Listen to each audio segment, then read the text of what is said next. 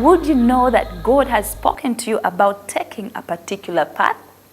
Well, as a child, Solome Basuuta always knew that she had wanted to sing. She found the space to do so in school and church choirs. And of course, with her friends supporting her a little further. 2015 proves to be a year of her breakthrough.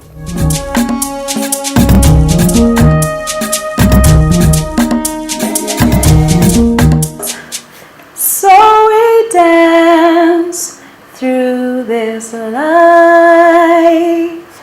with no fear or care in me. Yes, we dance. I feel your love surrounding me in this dance. Welcome to the show, Solome. Thank you. What a vintage name you have. The last time I heard your name was about how many years? Baby, and it was for old people. Would I that name was handed down from my grandmother, so it's very dear to me and my mother. So I'm excited to have that name. So does that mean you have the same characters as your grandmom? She is so quiet. And my mother, I never met my grandma, but my mom told me she was so quiet. But you're so jumpy and what? You're loud. Like my mother. If you met Sure. my mother, she's crazy. So Solome, tell us about your beautiful self. Oh, thank you. I'm Solome Basuuta. I am a worship leader at Worship Harvest Ministries. I am a person who loves music, but music that speaks to people and gives them hope and love. And so I am in that space right now. And I'm first time coming out, so yeah, it's an interesting journey that's starting. Okay, so you're actually making a transition from being a worship leader to a commercial gospel artist. Why is it so? I think at heart I'm still a worship leader, but I think I just feel that it's time to get out of the four walls in a very good way. And I think impact people out there. I think sometimes being in the four walls, not it limits you, but you think, oh, that is where we're ministering, but I think the ministry is out of the four walls. And I feel that I am called to outside the four walls. So I'm stepping out on my own journey as Solome, a solo gospel inspirational artist. Oh, that's very nice. Last week I had a conversation with you about artists who usually say, gospel artists who usually say that church doesn't support their music. So there's something he told us that, ask those artists, who told them to do that music? Was it church? Who sent them? To do the music? So I want to know from you, what inspired you to go that path? Well, apart from God who inspired me, I have friends. You know those friends that don't allow you to settle for, you know those friends that don't allow you to be, don't be lazy. So I have those friends. And for a while they've been working with me, and they have seen me on different platforms because I was in different bands. But they said, Solome, when are you doing your own thing? When are you stepping out as Solome? And I thought, Solome, what is stopping you? And I found it was just fear. So I said, you know what? Let's do this. I don't want to, one day I'm in heaven, I'm thinking, I should have done that thing. So I think it's friends and God just saying, you know what, this is your time, step out. But do you feel that it's the right time for you to go that way, minus your friends pushing you, I know. you to do it? Do you feel that's what God wants of you?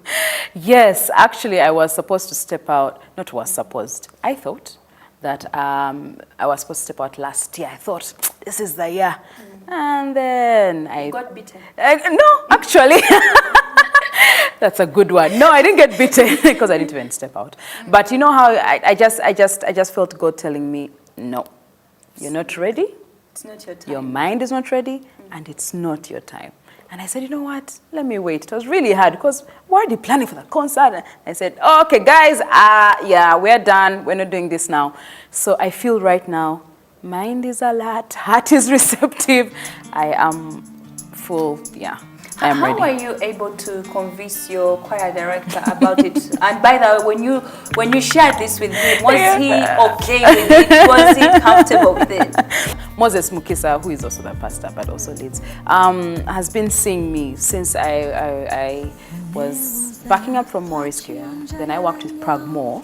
He has seen me doing that. So it's a journey. So even by the time I said, okay, now Moses, I am stepping out and I just want the church to support me. And he said, yeah, go. It's fine. There was such a positive response. And I think sometimes that's when you know, yeah, So it's you the right basically time. had his blessing. Yeah. And I think that's a very good thing for most people Yeah. to learn, most Yeah. especially those Yeah. in the worship departments or choirs. You need to always get that blessing from your leader. Yeah, So that that backing. even if you go out, you know, yeah. there's someone who is backing you up. Yes. There's somebody who is celebrating Yes, you. yeah. But talk of celebration. How has your worship team shaped your career, your music? Music. I don't want to say career, your music. I think before, let me start from before I entered campus. I've been leading worship in Gayaza High School and Macquarie College School. Oh, so you're a Gayaza. What's the name? Gayazian. Gazia. No, Gayazian, yeah. So I've been leading worship all from there. And so when I entered Macquarie University, I entered St. Francis and I was mentored by a guy called Alan Chisitu. And then from there, Worship Harvest. All that time, I think God has just been cementing and building a character of worship, a character of where music impacts people, where it's about, guys, the presence of God. Guys just need to, they meet God and that's all that matters. And so the music that is coming out right now has that kind of thing. In every song there is something. It's about God's love. Most of the music actually is about God's love because I've gone on a journey like that. But it's a lot of its backing is the experience I've had as a worship leader. So most times people hear it and think, oh, there's something, it's touching my heart. And yeah, How because many of years are that. those that you're talking about? Of Seems leading like it's worship. long ago. Gaza High School from 96. I've been leading worship until now. Tell me about your album. My first album has been a journey of learning. Learning, a lot of learning. I wasn't, before this album, I thought I'm not a songwriter. Really, in my life, I thought I was forever going to either I'm going to lead worship or back up for people. If I'm to go out on my own, I'm going to get writers and they come and, you know, write for me music. But immediately when I said, okay, God, you know what, let me step out. I thought, oh, let me get people to write for me. That didn't happen. You know how God says, you're going to write this music.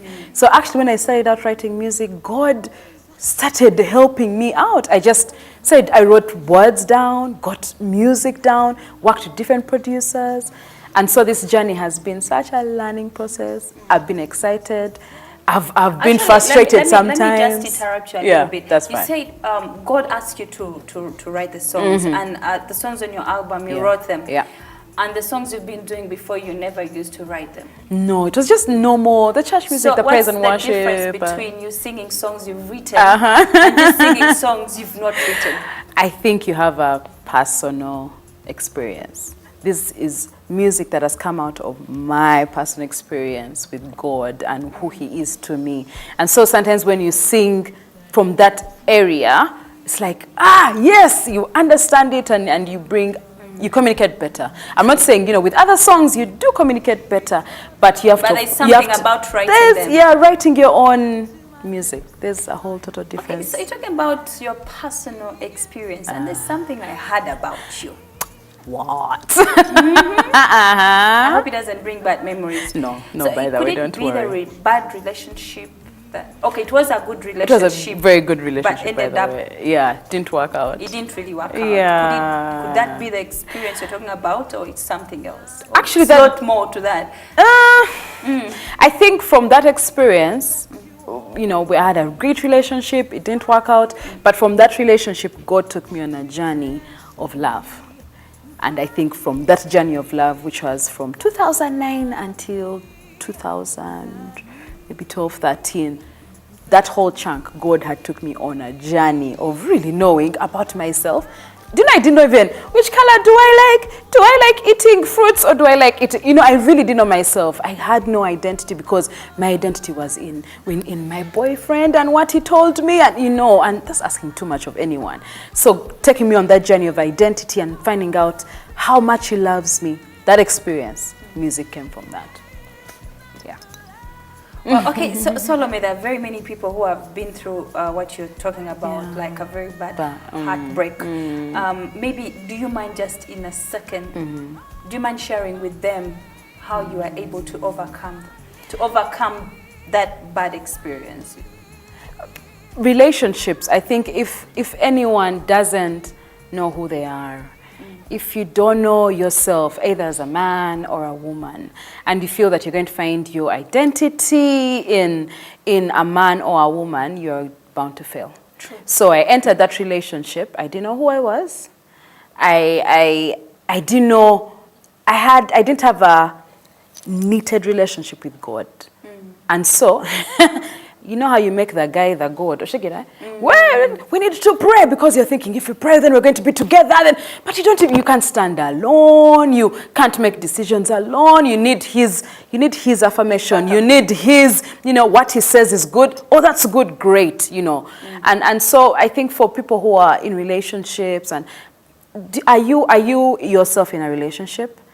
Do you know who you really, really are away from the person? Because you're first individuals before you get married. Two happy people make a great marriage. True. And so I'm thinking, be happy yourself. Can you take out yourself for coffee? Can you go for a movie alone? Can you celebrate yourself before you bring in someone? And I think anyone who's in a relationship, find out those things.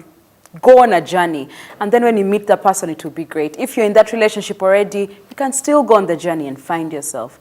But I think at most, God wants the best for us. And if there's anything that doesn't look, if you are being crushed and you're not yourself, you need to let it go.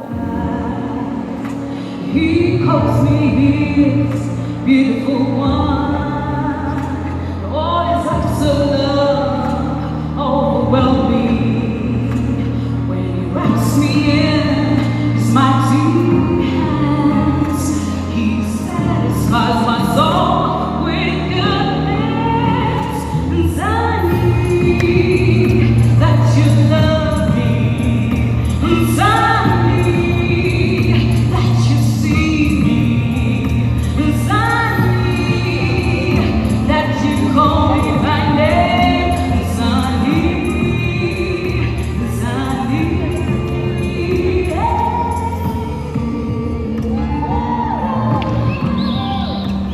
Solome, tell us, what's your love life? Did you have to go there? No, now that you have your identity, now that you know your identity, what's your love life? My love life right now is Jesus, bless God. Okay, let's get back to the music. That's a nice one. Apart from music, what do you do? Apart from music, I work at Bank of Uganda. I'm head of website and social media.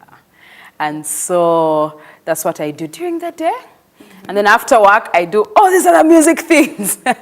Yeah, so that's what I do. How do you manage to balance the two? Because I know working in Bank of Uganda, not any other kind of a bank, requires a lot of your input. Yes, it does. And the same applies to music. Because music, you need a lot of rehearsals, voice training, and those things. Wow, it is quite hectic. It's extremely hectic, And sometimes you can leave at 5. I'm tired. But interestingly, when I work, I am able to balance both because I'm 8 to 5. I don't work on weekends, so that's really great. Wow. So I work 8 to 5. After 5, I find music energizes me. Like if I'm so tired, I go for a rehearsal. Breath of fresh air. And so for me, music is actually the outlet of, I'm so tired. So it's a great outlet. But I'm able to balance. And weekends. So what makes you so good at music, at vocals in particular? Because everybody is a musician. But vocals really do matter. I know. That's a nice one. Since you have an experience. Anyway, I think, one, there are two kinds of people. There are guys who are gifted vocally. There are guys who just know that you learn the skill. and you really become great at it. And so I am in the category of the gifted. I was totally just gifted with it. But I found out that God gives you the gift, but you are responsible for nurturing it. How do you choose your album titles? I'm going to borrow a line from someone. I think for an album title, I think most people do album titles according to generally the theme of the album or experiences they've gone through or what they want to communicate. And for me, what I've chosen is what I want to communicate, and that's love. So the album is called The Song, Love. So, and for me, what I have seen is God tells us he loves us in thousands of ways. He either sends people to you, like you have your lovely husband, who I think tells you he loves you like 24/7, or friends, or creation, or anything, and he's telling you, I love you. And so for me, that's what I'm saying, that in all eternity, there's that song that is resounding everywhere, and it's the song, Love. So I chose it from out of experience, out of the theme of the songs. And you felt that if you chose this title is what will make the album? Yes, it will communicate. It will communicate. It's, yeah, you listen to it, you'll say, yeah, I think that's what she's saying. I've had you. Okay. And I wish I had that gift. We'll do a I think let me just lay my hands on you, just get. Yeah. All right, thank you so much for being part of the show. Thank you too. It was amazing just laughing. I know.